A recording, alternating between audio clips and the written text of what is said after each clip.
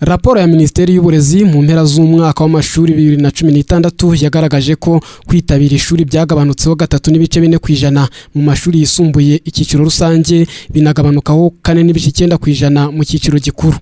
Nubwo hari abagaragaza ubukene nk'impamvu ikomeye, bamwe mu banyarwanda baba mu mahanga basanga butaba ikibazo igihe buri munyarwanda ufite ubushobozi yiyumvisemo inshingano zo kugira uruhare mu gufasha leta gushyigikira abana batishoboye kwiga. Hari n'igihe nanone usanga abanyarwanda kubera hari n'ibibazo byinshi dufite twihugiraho tukumva ko wabwira umuntu utese wafasha uyu mwana wagira icyo ukora, akakubwira ati mfite ibibazo byinshi by'umuryango. Ntago twabaho twireba ku giti cyacu kuko aba ari ukwikunda gukabije. Ni byiza ko wareba n'uwo mwana uturanye nawe, wareba n'uwo mwana uri mu muhanda, kuko uyu munsi wa none niba tuvuga ngo tufite amabandi, dufite abana bari mu muhanda, iri si ikosa ry'aba bana, iri ni ikosa ryacu nk'abanyarwanda. Akenshi hari igihe dutekereza ngo ibi bintu bizakorwa na gavumenti n'abanyarwanda bose miliyoni 12 zirenga, si umuyobozi umwe, si abayobozi 20, ni buri munyarwanda wese kumva ko hari icyo yakora, kumva ko hari uruhare yagira kugira ngo agire icyo amarira igihugu cyamubyaye.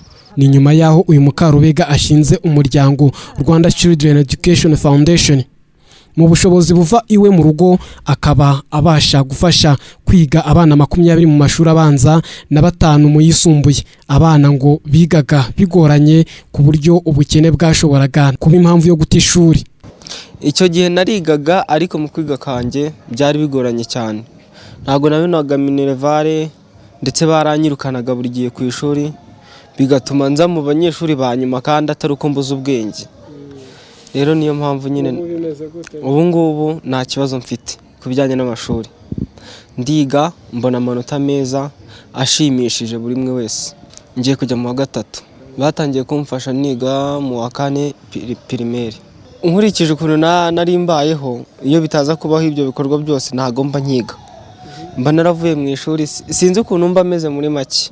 Umuryango Rwanda Children Education Foundation watangiye gushaka abaterankunga kugira ngo ubashe no gufasha kwiga abandi bana 40 byagaragaye ko nabo biga kandi batishoboye. Kimwe mu byitezweho gutuma uyu muryango unagira abagenerwa bikorwa no hanze y'akarere ka Gasabo watangiriyemo mu mwaka w'2013. Ubuyobozi bw'akarere ka Gasabo bwemeza ko ibi bizagira uruhare mu gukomeza kugabanya umubare w'abana batishuri muri aka karere. Minisiteri y'Uburezi ivuga ko mu gihugu bagabanutseho 4.6% mu mwaka w'amashuri 2016.